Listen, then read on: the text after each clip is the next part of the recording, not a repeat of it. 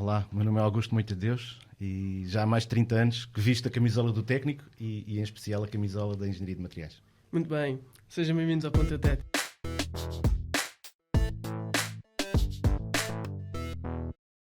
Bom, sejam bem-vindos ao Ponto Técnico, o único podcast em que Brita não é uma marca para filtros de água.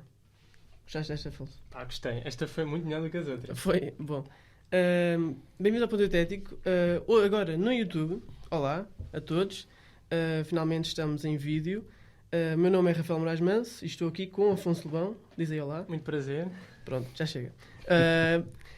Hoje neste episódio temos com muito gosto o professor Augusto Moita de Deus. Professor auxiliar do Departamento de Engenharia Mecânica, pertence ao CEFEMA, Centro de Física e Engenharia de Materiais Avançados, e é co-coordenador da licenciatura de Engenharia de Materiais aqui no Técnico, tal como a professora Amélia falou no último episódio. Exatamente, ela é a coordenadora, eu sou o co-coordenador. Então, como eu disse há pouco, já há mais de 30 anos que eu vesti a camisola do técnico, mas eu originalmente não me formei no técnico. Eu formei-me na Faculdade de Ciências, em Física, e depois vim para cá como assistente para o Departamento de Engenharia de Materiais, que na altura existia, como sabem, não é? Pois. Já houve um Departamento de Engenharia de Materiais. Já ouvimos falar que havia assim uma coisa assim. Exato. Noutros tempos. Aliás, na altura, de salvo erro, era mesmo ainda Departamento de Engenharia Metalúrgica e de Materiais. E, portanto, depois é que terá mudado para o nome de Engenharia, mais curto, de Engenharia de Materiais. E desde essa altura, depois, obviamente, fiz aqui as minhas provas, que é o equivalente do mestrado pré-Bolonha, em Engenharia de Materiais. E depois, mais tarde, fiz o meu doutoramento na Universidade de Illinois. Doutoramento em Engenharia Mecânica, mas sempre ligado aos materiais, nomeadamente ao processamento de materiais, nomeadamente à modelação do processamento de materiais por laser. E, portanto, sempre estive ligado aos materiais. Já dei, eu não quero dizer dezenas de cadeiras, mas pronto, muitas cadeiras do curso de materiais no passado.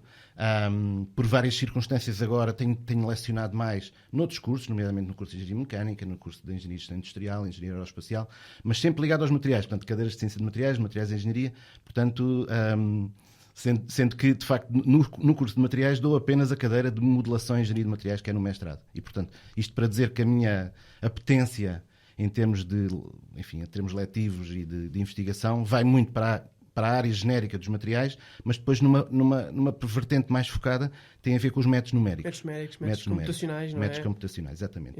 Tenho tentado, e não só nessa cadeira, como eu digo, que é a modelação em engenharia de materiais, mas de facto também interessa-me bastante e tenho acompanhado aqui no curso e tenho visto essa necessidade da implementação desses métodos. A minha colega professora Amélia Almeida falou muito na preocupação que existe de reforçar os meios laboratoriais e experimentais.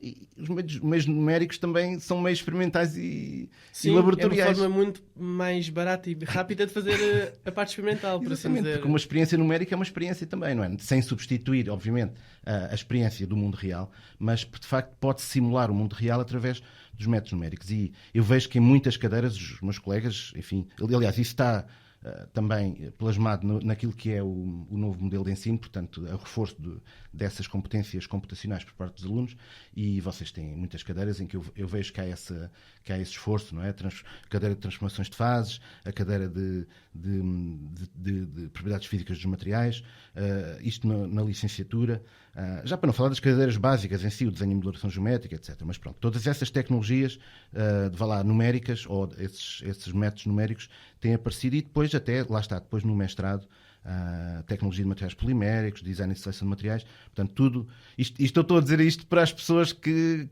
frequentam aqui o curso, que estão a ouvir, sim, e claro. inclusivamente os alunos que estão na licenciatura para reforçar, digamos, a importância desses métodos, porque depois, em termos daquilo que é a empregabilidade, digamos, tudo isso são itens que, em termos de currículo, são muito valiosos no mundo lá fora. Sim, e como o professor estava a dizer, quer dizer, agora, antes de fazer a parte laboratorial mesmo, na indústria, ou a experiência, por assim dizer, há sempre primeiro a parte matemática. A parte computacional. Computacional, nunca se faz, já não se faz um acidente de carro sem fazer primeiro a modelação desse acidente e depois testar realmente. Não é? Exatamente. Aquela história do trial and error, não é? Digamos, estar a fazer experiência já cega para ver o que funciona e o que não funciona, é uma metodologia, eu diria que até muito, muito ultrapassada. Portanto, hoje em dia, de facto, as empresas e os laboratórios de investigação têm equipas multidisciplinares, e uma das equipas que, de facto, é forte e para a qual existe, de facto, muitas ofertas de emprego, às vezes totalmente focadas, é, de facto, ofertas naquilo que são os métodos numéricos. Tem tido uma grande evolução ao longo dos últimos anos. Grande evolução. Portanto, em termos, quer dizer, acompanhando o desenvolvimento dos computadores, não é? Muito, e as pessoas que conhecem um bocado este assunto já ouviram falar da lei de Moore, não é? Portanto, em que digamos, a capacidade dos computadores duplica teoricamente era a cada 2 anos, mas pronto, e digamos, essa capacidade depois é acompanhada também por um desenvolvimento similar, digamos, naquilo que é a aplicação dos próprios métodos. E nós temos visto isso.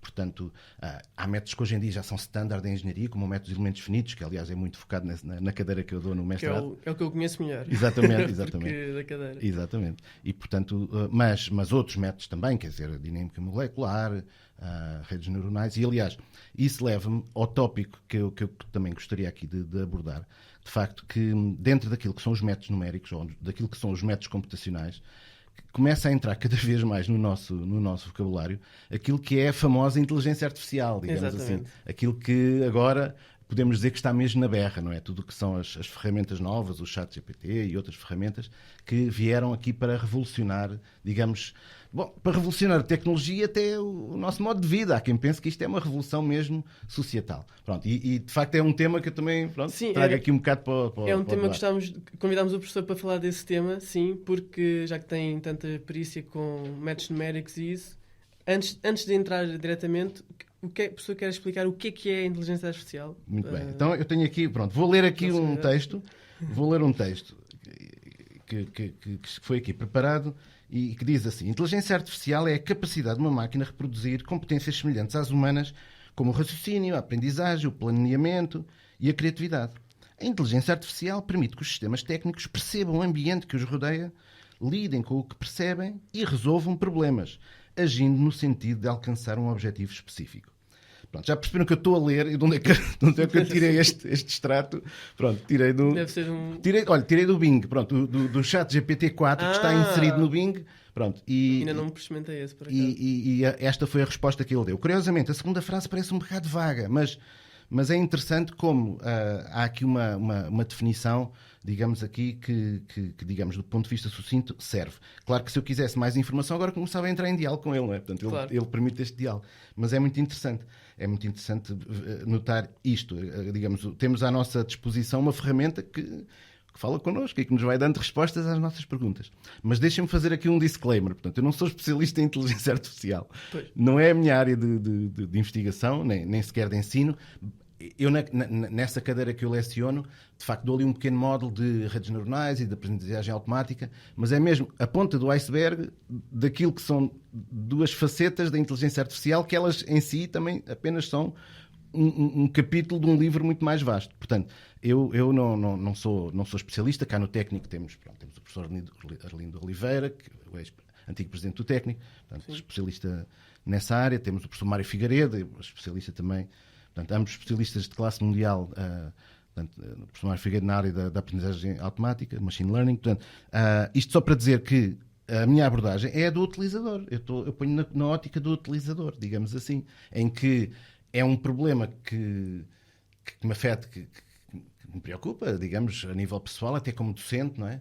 E até, como cidadão. Aliás, portanto, há pouco tempo até mandei um artigo de opinião para o público e as pessoas podem procurar isso, a minha opinião acerca disso. Ou seja, aliás, tenho até alguma preocupação mesmo em termos digamos, do impacto destas tecnologias, não é?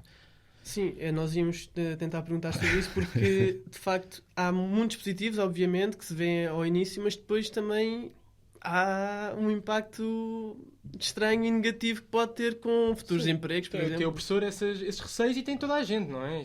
Eu acho que sim. Até onde é que isto vai chegar, o que é que isto nos vai fazer... Eu acho que muitas pessoas foram apanhadas mesmo de surpresa. Eu não digo todas, não é? Quer dizer, as pessoas que trabalham mais nestas áreas, enfim, da tecnologia, já estavam a ver isto, digamos assim, a aparecer. Só que o anúncio, quando surgiu, em novembro, que o ChatGPT estava cá fora, o ChatGPT 3, e que teria passado o chamado teste de Turing, não é? Já podemos falar um pouco daqui, um bocado sobre isso. Pronto, gerou ali algumas ondas de choque, não é? E eles disponibilizaram, digamos, para toda a gente, não é? Pois isso é que acho que foi mais chocante, porque eu posso usar, eu já usei várias vezes e até posso contar que eu já usei para um trabalho, para uma apresentação oral. ChatGPT tenho usado pouco, sinceramente, mas é porque ainda não tenho muita prática. Não. Mas, por exemplo, para uma apresentação oral tínhamos que era um trabalho sobre uma propagação de uma fenda, era por acaso com métodos numéricos. E eu pesquisei imagens de fendas em placas de metal. Pronto, eram muitas, tinham copyright, tinham aquelas marcas de água, então pensei, não vou a DAL-E, que é, tipo, é o equivalente, mas para imagens, pedi simplesmente fendas de metal numa placa. E deu-me várias imagens, pronto, conclusão, pus essas imagens para decorar a apresentação oral. E são todas originais. Ou seja, não foram tiradas de um banco de imagens. Não, é muito curioso, não foram tiradas. Portanto, o utilizador tem a possibilidade de gerar ali, não é? Através, pronto, de facto, depois há um algoritmo qualquer que está a gerar, de facto, aqueles pixels, não é? Aqueles pixels, mas não é retirado do Google Images, por exemplo. Sim, completamente original, não tive de citar ninguém. Mas isso vai agora trazer outro problema, que é depois o que é a arte, mas pronto, isso é outra história. Pois, já não é... Mas é o que é a arte, onde é que isto... Na arte da engenharia. O que é a criatividade, não é? O que é a literatura, não é? Aliás, esta discussão que estamos aqui a ter, em termos de engenharia, eu penso que estamos bem salvaguardados, não é? Porque o engenheiro tem que saber fazer, não é? Claro. Portanto, não é só uma questão de texto, não é? Sim. Mas há áreas, digamos, do conhecimento, digamos mesmo, algumas, tudo o que tem a ver com, imagina, literatura, tudo o que tem a ver com ciências sociais, eu realmente interrogo-me o impacto que isto terá nesse tipo de trabalhos, não é? Porque, imagina, eu posso mandar o ChatGPT escrever-me uma pequena novela com um estilo que eu posso imprimir, mas ele é que me vai escrever aquilo, não é? Sim, portanto, onde é que está a minha autoria? Eu tenho um amigo meu, eu ainda não usei porque esqueço-me. Eu ainda não tenho noção que é tão bom, mas eu tenho um amigo meu que sempre manda e-mails para professores mais formais, ele mete sempre a sua versão para depois o ChatGPT melhorar. E depois manda um e-mail do ChatGPT. Sempre. Faz sempre assim. Ou seja, é assim... ele faz uma versão dele antes. Há uma reflexão ou seja, quando surgiu o ChatGPT em novembro do ano passado, pronto, houve logo, digamos, algum susto e há uma reflexão que começou logo a ser feita, que é, devemos banir ou não? Só que eu acho que é impossível banir, não é? Aqui aplica-se aquela famosa frase das pessoas que gostam do Star Trek, não é? Resistance is futile. Portanto, não há hipótese. Pronto, legalmente a Itália baniu, mas quer dizer, eu acho que quem quiser utilizar vai acabar por utilizar. Pronto. E depois há outras ferramentas, tirando o ChatGPT, que podem ser utilizadas. Isto só para dizer que temos que fazer aqui uma reflexão, mesmo como sociedade e em particular como universidade, como é que vamos usar estas ferramentas. Porque, de facto, elas permitem gerar texto, vamos lá ver, original, não é? Que vai buscar algumas fontes. Portanto, tudo o que é aqueles capítulos de introdução de uma tese, não é? Digamos, o estado da arte, aquilo que é a revisão bibliográfica. Portanto, o que é que vai acontecer, não é? Vamos desvalorizar isso? Por um lado, não. Aliás, o software produz um texto, mas depois tem que ser, de alguma maneira, interiorizado pelo aluno. O aluno tem, para ser autor, depois tem que, se calhar, ver, tirar... E corrigir, depois, especialmente corrigir, porque especialmente agora esta versão 3, a 4 eu não tenho acesso, não usei, mas a 3 diz com toda a confiança coisas completamente erradas. Mesmo quer dizer, a 4 está muito melhorada, mas continua a ter muitos erros. Tem muitos erros. Portanto, será, digamos, aquilo um dos objetivos do utilizador, pronto, corrigir esses erros. Mas é mais do que isso, não é? O utilizador tem que fazer o texto, digamos, tem que torná-lo da sua autoria. E torná-lo da sua autoria é editá-lo, não é? É inserir as suas próprias ideias. Portanto, isto é algo que contudo, eu acho que ninguém está preparado para isso. Ninguém foi treinado com esta ferramenta. Certo. Quer dizer, os miúdos agora que estão na escola primária e secundária, se calhar, pronto, talvez fosse interessante começar a treiná-los já nestas ferramentas para eles saberem como é que as vão incorporar. Muitos deles já usam isto como se fosse um livro ou outra coisa. É normal. Começa a entrar na normalidade. Não? Agora, nós aqui, pronto, vocês que estão aqui no técnico, os alunos que estão cá e os alunos universitários, pronto, no fundo têm que tentar, isto é a minha opinião muito pessoal, não é como coordenador, é mesmo como cidadão e como professor, eu tenho que haver um acordo com os docentes no sentido de perceber, enfim, quais são as ferramentas que estão, digamos assim, autorizadas, digamos, para mudar da cadeira, não é? Para não haver surpresas, não é? Eu, pessoalmente, sou a favor da utilização das ferramentas que estão à nossa disposição.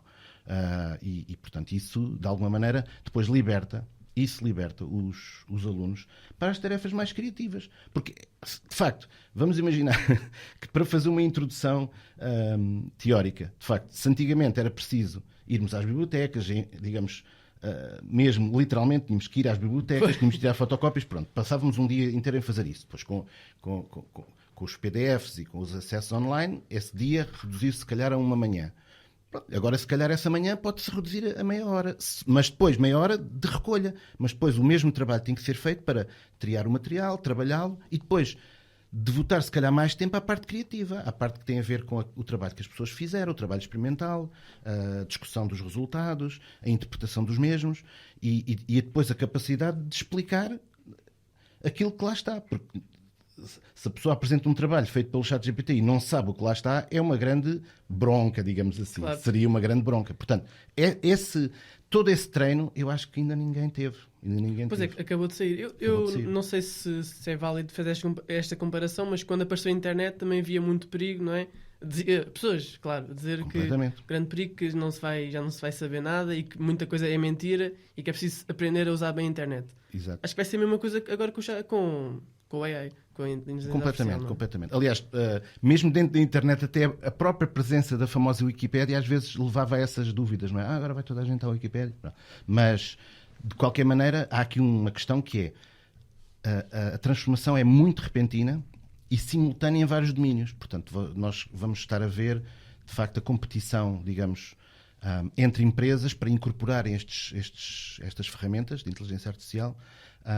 E nós muitas vezes nem vamos dar por isso, ou seja, podemos estar a telefonar para um call center e afinal é um robô que nos está... Já há muitos assim. Pronto, e aquilo, a minha mãe teve um caso desse, mas aquilo, pronto, como ainda não está... A pessoa faz uma pergunta e ele responde uma coisa assim que não tem nada a ver, claro, e há ali um desentendimento durante algum tempo. Claro.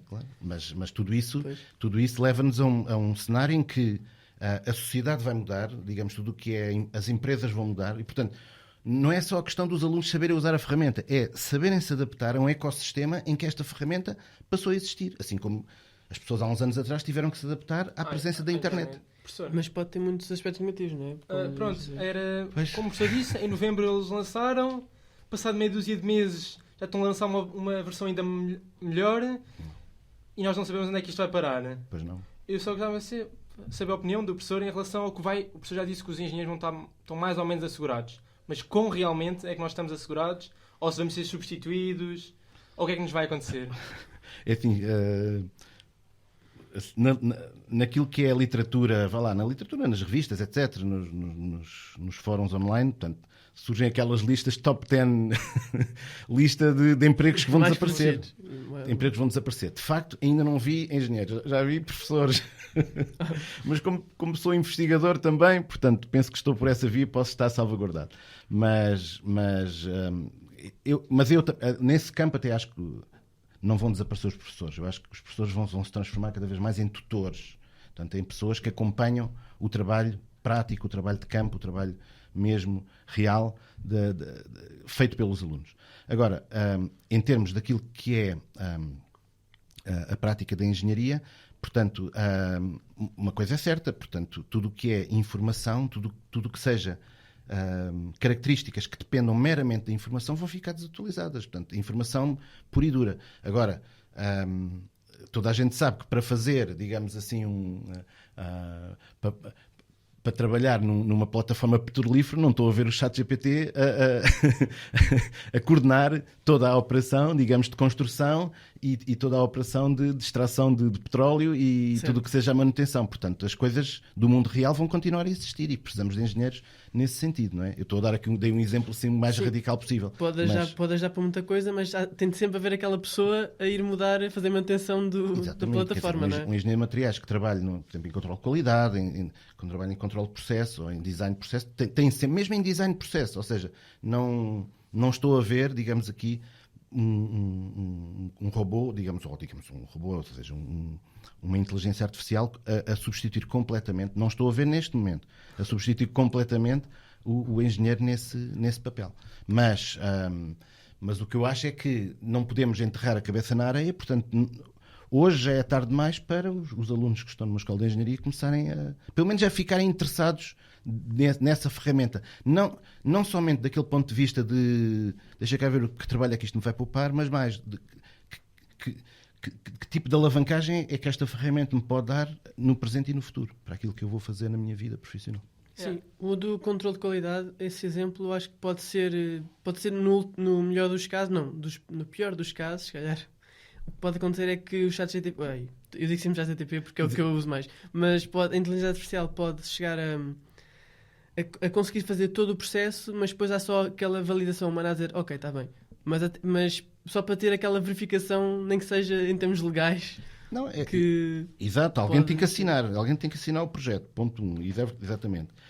Agora, a pergunta original, não é? Tinha a ver um bocado com as preocupações. Claro que eu gosto muito de ir buscar filmes, aliás, nesse artigo do Público fui buscar alguns filmes, aliás, há o filme Inteligência Artificial de Spielberg, não é? Que abordava um bocado já estas questões já há uns anos atrás.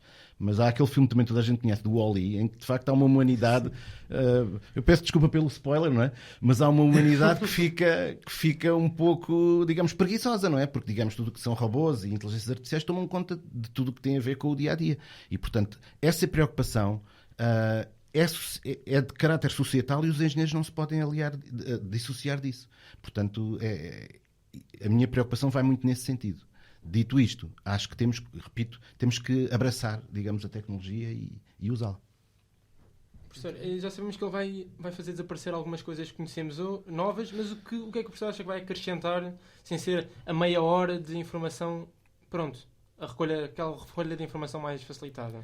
É assim, o acrescentar aqui, eu vou falar de acrescentar, não no sentido positivo nem negativo. Que tipo de realidade vamos ter? Isso tem a ver um bocado com aquilo que anunciei há pouco, que era a história do teste de Turing, não é? Portanto, o Alan Turing, perante a questão da possibilidade de existir uma inteligência artificial, ele decidiu... essa questão é um pouco vaga, não é? Então, ele achou que o melhor era desenhar um teste em que pudesse haver uma maneira de perguntar, quer a humanos, quer a máquinas, uma série de perguntas, digamos, provavelmente por escrito, e vamos imaginar que do outro lado está um biombo. Portanto, entre quem faz a pergunta e quem dá a resposta está um biombo, entre aspas. Não é? Para não se perceber quem é que está lá do outro lado. E quem está a fazer as perguntas e quem está a julgar a qualidade das respostas, não é? Pode-se chegar a uma situação em que está a ler as respostas da máquina achando que aquelas respostas vêm de um ser humano. E pode ter um intervalo de confiança muito elevado em dizer não, isto é um ser humano. E afinal era uma máquina. Portanto, então, se isso acontecer, então essa máquina passou o teste de Turing. Eu estou a explicar isto à minha maneira, portanto, os meus colegas peritos em inteligência artificial, se faltou aqui algum rigor, que me desculpem, mas a ideia é que... E mandem um comentário para o nosso podcast. E mandem um comentário para o podcast. Mas isto para dizer o quê? Isto para dizer que vamos chegar em breve a um mundo em que, de facto, podemos não saber com quem é que estamos a falar. Podemos ao telefone, podemos não saber com quem estamos a falar, estamos a ler notícias, não sabemos quem é que as escreveu, e estamos a ler um manual técnico e não sabemos também quem é que o escreveu, se foi uma pessoa, se foi um robô, ou se foi um autómato, ou se foi um misto dos dois. Portanto, este paradigma eu acho que vai mudar muito a nossa maneira de interagir com o mundo. Eu acho que é um bocado por aí que as coisas vão mudar. Claro que numa situação ideal isto libertaria os seres humanos para as tais tarefas mais criativas, não é? Então, muito do trabalho repetitivo era feito pelas máquinas, não é? Quer máquinas físicas, robôs mesmo, quer de facto automatismos informáticos que se pudessem, digamos, implementar de forma até às vezes autónoma. Portanto, as pessoas, em vez de trabalhar 8 horas por dia, já poderiam trabalhar apenas 4 e haver rendimento para as pessoas, não é? Isto seria, digamos, uma utopia. Agora, a nova revolução industrial. Exatamente. Agora, se é isso que vai acontecer, ninguém sabe, não é? É isso que ninguém sabe.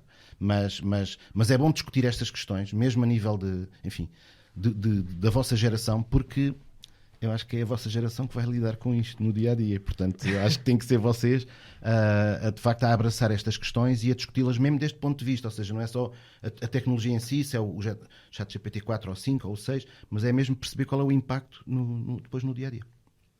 Professor, excelente. Eu acho que não sei se quer abordar mais algum ângulo, algum tema, mas... Eu ia só... Há um aspecto que até me esqueci que tem mais a ver com os materiais. Pronto, só para dizer que estas ferramentas de inteligência artificial não surgiram em novembro de 2022. Ou seja, não, elas já estavam a ser utilizadas pela comunidade dos materiais já há muito tempo. E, portanto... Materiais e outras comunidades, não somos nós as primeiras. Exatamente, não somos nós as primeiras. Mas é curioso que na área dos materiais já eram muito usadas. Ou seja, em termos daquilo que é, por exemplo, a busca de novos materiais. Certo. E aliás, nós na cadeira até tocamos isso muito breve, mas portanto, existem inúmeras referências de novos materiais que foram, entretanto, propostos e descobertos, baseados, por exemplo, numa abordagem de data mining. Tipo, eles foram mesmo à literatura, não é? E foram analisar, de facto, papers e manuais e livros, e com isso conseguiam, digamos, propor novos materiais, ou então outro tipo de estudos, portanto, baseado na estrutura dos materiais já conhecidos, mas, pronto, como sabem, há muitas propriedades que ainda não foram medidas. Eles conseguiram, por extrapolação, prever a propriedade de materiais que ainda não tinham sido, mas não foram calculados, foram previstos por, digamos, por extrapolação, numa abordagem de redes neuronais e de aprendizagem automática. Portanto, ou seja, no âmbito dos materiais, eu diria nos últimos 10 anos, até se calhar mais ainda nos últimos 5 anos, este trabalho já vinha. Portanto, não é uma surpresa para as pessoas que trabalham em materiais de base computacional este tipo de ferramentas estarem a existir. E já começam a haver o ChatGPT dos materiais. Ou seja, a pessoa escreve no texto o que quer, uma estrutura, e ele fabrica a estrutura, modela a estrutura, quer em termos de modelação geométrica, quer depois mesmo em termos daquilo poder ser introduzido num programa para fazer cálculos naquela estrutura. Isso só prova que nem os engenheiros nem os investigadores estão livres agora disto. Não. Porque é uma ferramenta. Nós não temos hipótese de bater, porque eles têm muito mais conhecimento do que nós. Não, mas nós é que dizemos para fazer a... Sim, está bem, mas ele faz isso como tu nunca conseguirias fazer sozinho. Claro. Mas a chave é... Portanto, aquilo que nós temos que aprender é a fazer as boas perguntas. Pois é, fazer o prompt, não é? Isso é que é... Essa é que é a arte agora que temos que desenvolver. Fazer as boas perguntas. As perguntas certas. É fazer as perguntas certas. As boas perguntas são as perguntas certas. E, portanto... por exemplo, como vocês fizeram as perguntas certas neste podcast, acho que fizeram excelentes perguntas e portanto, manter essa atitude de saber o que... Assim, porque é que eu estou a dizer isto? A nossa tendência, muitas vezes, é ficar à espera que as coisas apareçam. Mas as pessoas que entram no técnico percebem que o mundo não é assim. E têm esta drive, não é? De querer fazer. E eu noto isso muito nos alunos materiais, têm essa vontade, não é? E, portanto, é essa atitude que eu elogio nos alunos do técnico, de materiais em particular, e do NEMAT também, porque, de facto, é bom querer fazer. E o ChatGPT e outras ferramentas podem ser, precisamente, um auxiliar ideal nessa ideia. Eu quero fazer algo, não sei como, vou-lhe perguntar. E ele pode ajudar. Sim. Não vai fazer tudo, mas vai ajudar. Vai fazer parte do dia-a-dia e é saber usar como deve ser. Muito bem, é isso mesmo. Bem, professor. Muito obrigado por ter vindo. Obrigado pelo convite. Foi um prazer. Muito obrigado. Temos o cá a explicar-nos sobre este tema. E até à próxima. Até à próxima. E voltamos a ver-nos no... Não era assim. Como é que é? Voltamos a ver-nos... Não vai. Não sabe. Como é que é? Não sabe. Fica por aqui. Vão ao YouTube ver este quebra total do Afonso. Por favor, vão ao YouTube. Então, olha, até ao próximo episódio. Tchau. Obrigado. Adeus, boa tarde. Obrigado. O Ponto Eutético é uma produção de NEMAT, Núcleo de Estudantes de Engenharia e Materiais do Instituto Superior Técnico. Apresentado por Afonso Lebão e Rafael Moraes Manso. Música de Gonçalo Falcão. Produção executiva de Rafael Moraes Manso. Edição de Tiago Guerreiro. Produção de Afonso Lebão e Talent Booking de Marta Pimenta. Subscrevam já o Ponto Eutético no Spotify, Apple Podcasts, onde quer que ouçam os vossos podcasts. E não percam nenhum episódio. Para mais informações sobre o podcast e as atividades do NEMAT, podem consultar o nosso site e seguir a nossa página de Instagram, Nemateriais. Até à próxima!